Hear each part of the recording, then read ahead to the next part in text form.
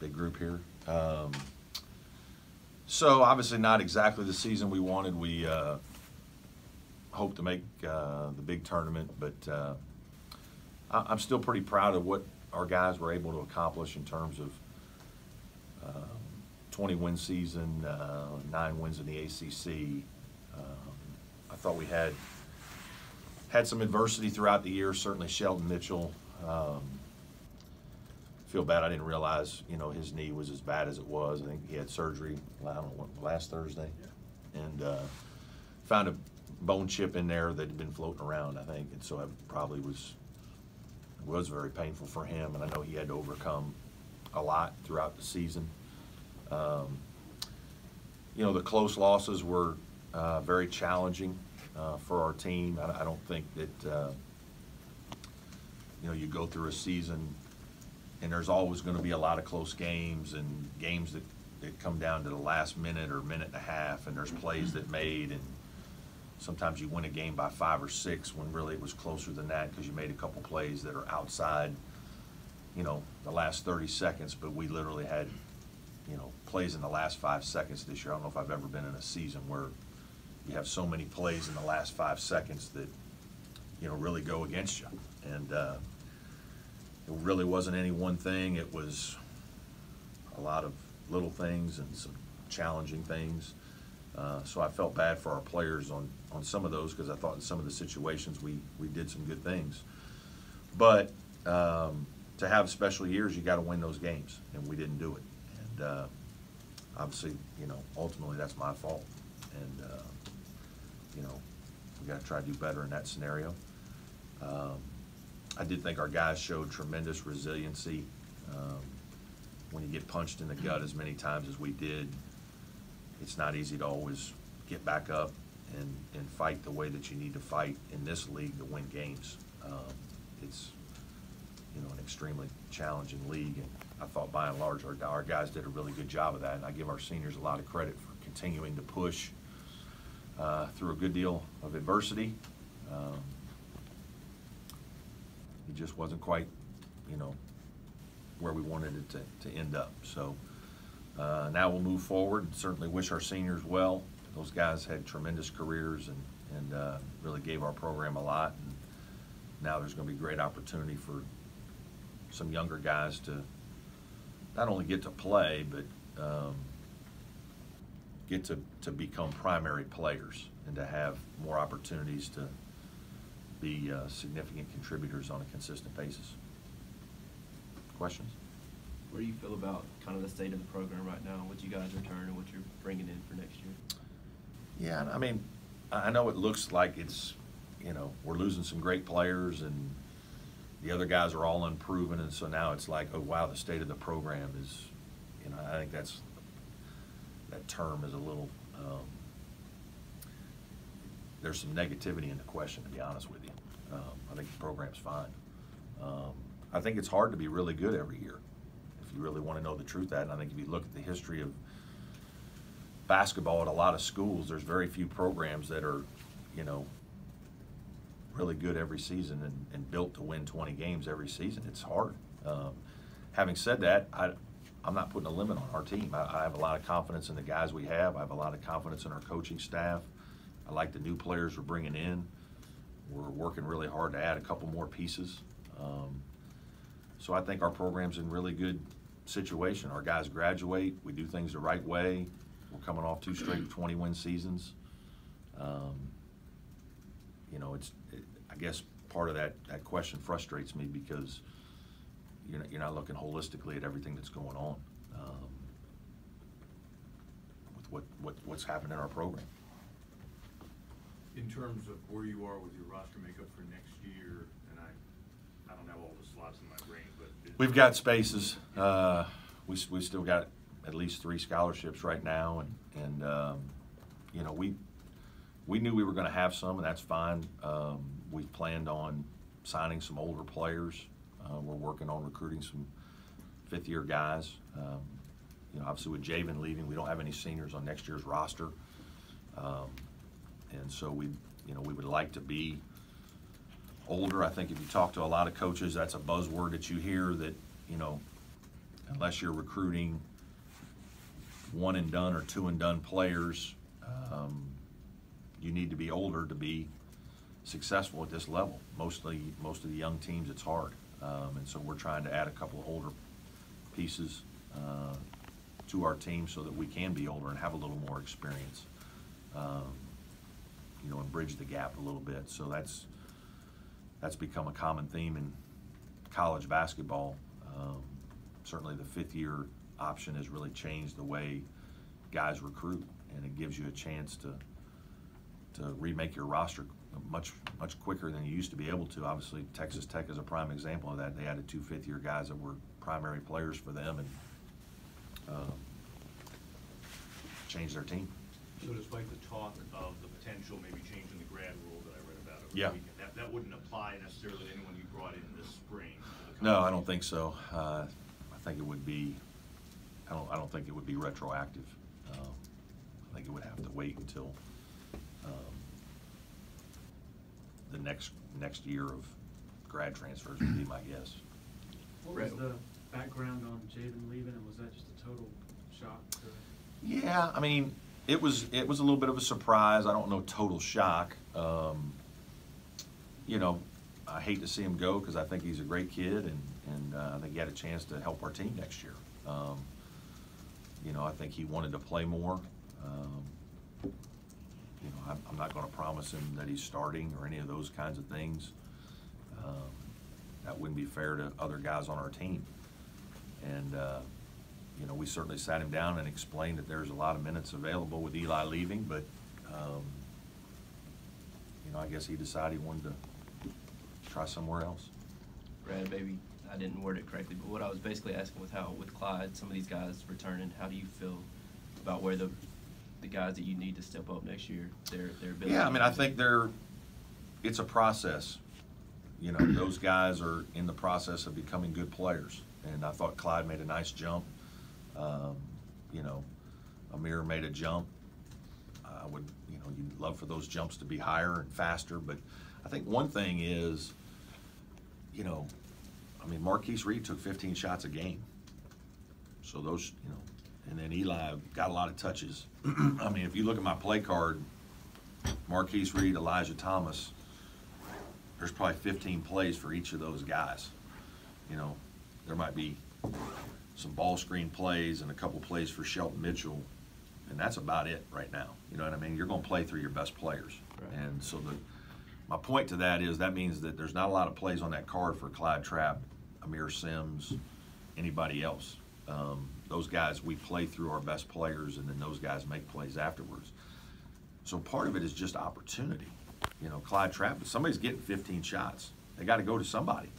And whether Clyde gets 8 of those or 10 of those, or, you know, a grad transfer gets 5 of those or 10 of those, you know, that remains to be seen. But somebody's going to get them, you know what I mean? And so I think sometimes we all look at, you know, when you lose really good players, there are chances for guys to step into those holes just as much based on opportunity. Now you got to be a good player. It's not easy to do what Marquise Reed did. You know, it's hard to consistently score like he did. But you know, we're gonna have to we'll play a little differently.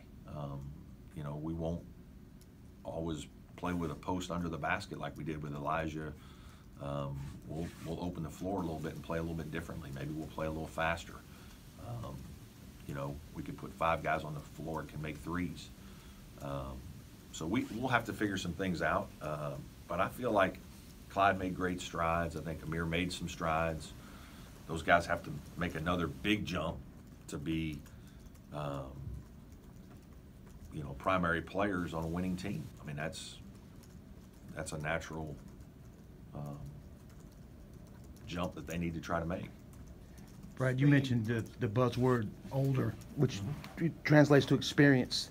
In this climate of recruiting that you have to deal with now, with the one and doneers, the fact that you have to go out and get grad transfers now to fill your rosters up. How does that affect you in recruiting the younger players? It just makes you think about how you want your roster to be, and sometimes you can predict things and sometimes you can't. You know, obviously we didn't predict that Javen would leave. So, you know, the climate now is such that you probably should be predicting that people will leave. It's a natural thing that now happens. And so I've said this before, when I was a young coach, it used to really bother me. It doesn't bother me as much anymore now when people leave. Sometimes it's better for them to leave for both parties. Sometimes they need a fresh start. Sometimes there's better avenues other places. It doesn't mean that it's negative, and it's not just in basketball, it's in all sports. I mean, it just is what it is. I mean, you don't want constant turnover all the time, but I think you're going to have one or two guys most years probably, if you have 13 people on scholarship. That's the other thing. The other thing to do is to not have as many guys on scholarship, and because you really can't keep. It's hard to keep 11, 12, and 13 happy. Like, it's just, you're going to play 8, you're going to play 9. That's normal, but there aren't very many kids that really want to come and just sit and are happy sitting. Especially once it's more than 1 year. And so naturally they're going to look to leave. But at the end of the day, some of this is you have to acquire players, and the players got to fight it out themselves a little bit here now too. Like, you can't be promised everything. You got to go earn it, and you got to compete against your teammates for more time. And so I think what that has done is it creates a little bit more challenge and a little different thinking in terms of how you recruit. You want to go out and just recruit high school kids, and those are the recruitments that take a couple years, a year and a half. And you kind of come in and do your job for a year and a half, and it's kind of what we're wired to do. But to be honest with you, sometimes you can go get a great player and recruit him for 2 weeks. That saves money, that saves time, that saves headaches. And so there's a lot of coaches that are starting to go away from that and just recruit transfers, and we aren't able to bring in quite as many junior college type kids, so that kind of narrows it. But the transfer situation and the fifth year situation, those recruiting scenarios are so much quicker and sometimes easier, that there's a lot of coaches now that have, and to stay older, they've gone to that route. Obviously you're looking at a team last year's team that we had 4 transfer starters. They were all pretty good players. So I think moving forward for us, it's always going to be a little bit of a blend. I don't want to become just transfer you. I like high school kids. I like developing players. I think it's really important for our staff every year to examine what we have, what we need, and then moving forward, what does our roster look like in the next year or two? Brad, Spain gave you a certain value to that year's team. Now you're going to be able to do this year, but different format because the tournament's a couple of parts. Number one, will you be able to get the same value in terms of preparing a pretty young team for the season ahead because of the format? And also, is there maybe any sense of urgency to get whoever you bring in here, grad transfer-wise, maybe a little sooner because you're getting ready for a tournament format? Yeah. Yes, I do believe that the trip to Italy for the World University Games will be really good for our team.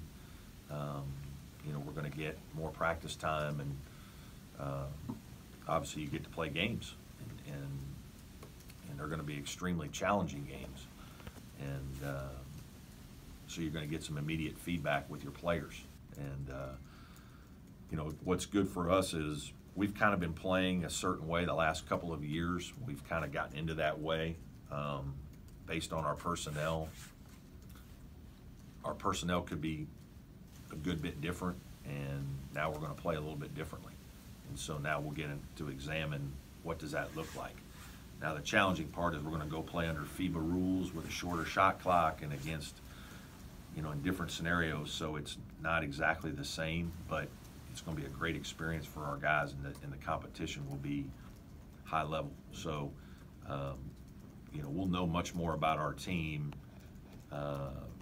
August 1 than we would have without the experience. And so I think that part could be really good. Second part, yes, in terms of trying to get guys here to be around for practice. I think that's going to be one of the really challenging things for us a little bit also, is just having guys around enough with the high school kids, knowing when it is they're going to be able to start, the new fifth-year guys or whatnot, when those guys get here, when they're going to be able to start, and then how many practices do we get in, and do we have a good enough rhythm, understanding exactly how we want to play with the roster that we have leading into the tournament. I know Matt Painter took a team, but it was in August, and I think he felt like they had plenty of time to kind of do that. I think I'm a little concerned that we won't have quite as much. Man, even from the standpoint of, if you want to get a guy in by the end of April, just so you can be now in communication, whether he's here, you know what I mean, kind of Correct. telling him this is the, Yeah. that's all. Well, we're obviously using it as a recruiting tool. I mean, that's hopefully something that is exciting to recruits, that the opportunity to play in that, and the opportunity to, play games, meaningful games with your team right away. Brad, I'm assuming you concluded your routine end of season meetings with Dan. We're doing that, actually we meet today. Okay. Do you have an update on Malik Williams? Is that He- sort of? He is, he's meeting with me and everybody, all our players, like we're kind of going through meetings and, where we stand and all those kinds of things now. As far as his issues with? Yeah, his concussion was fine at some point, I can't remember when during the season, so he practiced with us, then he hurt his hand, and so he was out again the last, I don't know, close to a month with a thumb injury. So yeah, he was injured most of the season, but he did practice some. With the recruits coming in, how much do you expect those guys to be able to help you right away, or do you know? Hard to say without seeing them. I think Chase Hunter is the one athletically that is the most ready. Big, strong kid, 6'3", 195 pounds already, and has a good deal of athleticism. Al's a little smaller and some quickness and can shoot the ball.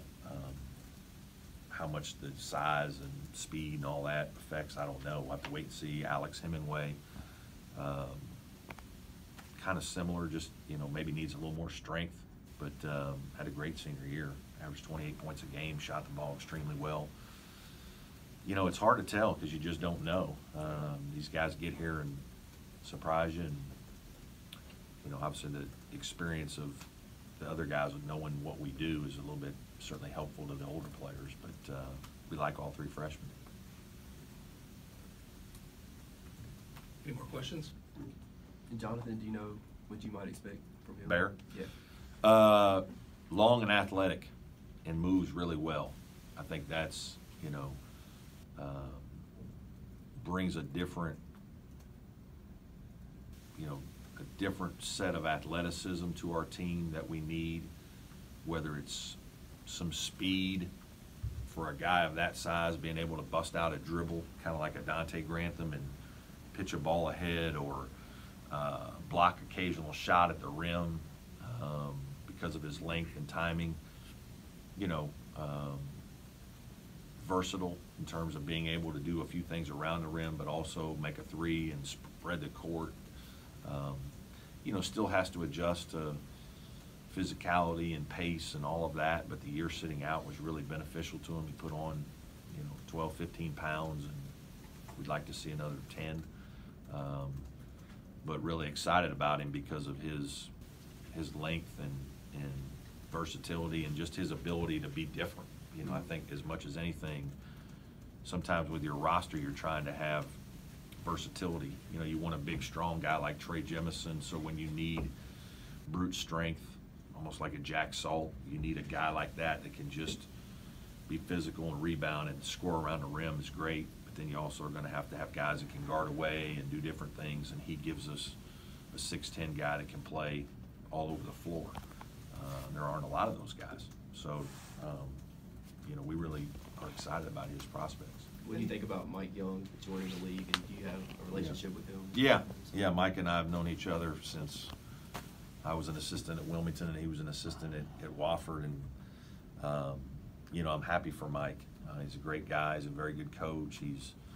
I'm sure he'll do very well, and you always want to see good people added to your league, and good things happen to those people, and he's a class guy, and he's a friend, and, you know, we usually talk half a dozen times a year, and so I think, you know, certainly I think Virginia Tech made a very good hire, and I'm glad to see a good guy get another opportunity. Along those lines, because of the new ACC schedule, so now you open up coincidentally with Yeah. them, but will the build-up, getting ready for game one, maybe be a little bit different than when you bring it, you know, some of the non-conference teams, and now you're getting ready for a conference game, and that kind of thing? Yeah, you know, the whole idea was when we went to 20 games, obviously the network had something to do with that, but I think the coaches in our head coaches meeting, we all decided, you know, we need to, what can we do to continue to showcase our league, and what can we do to let some folks know, hey, basketball season has started. And obviously they've done that in the past with some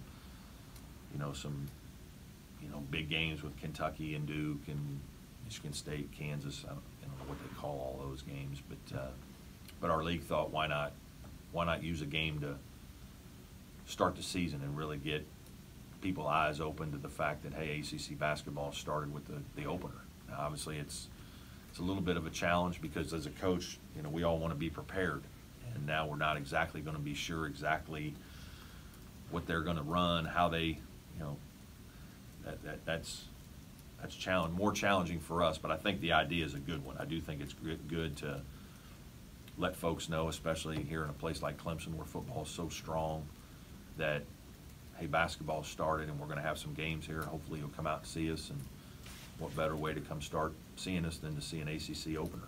And we're fortunate that the game's at home. So that's kind of a neat idea, neat concept. All good?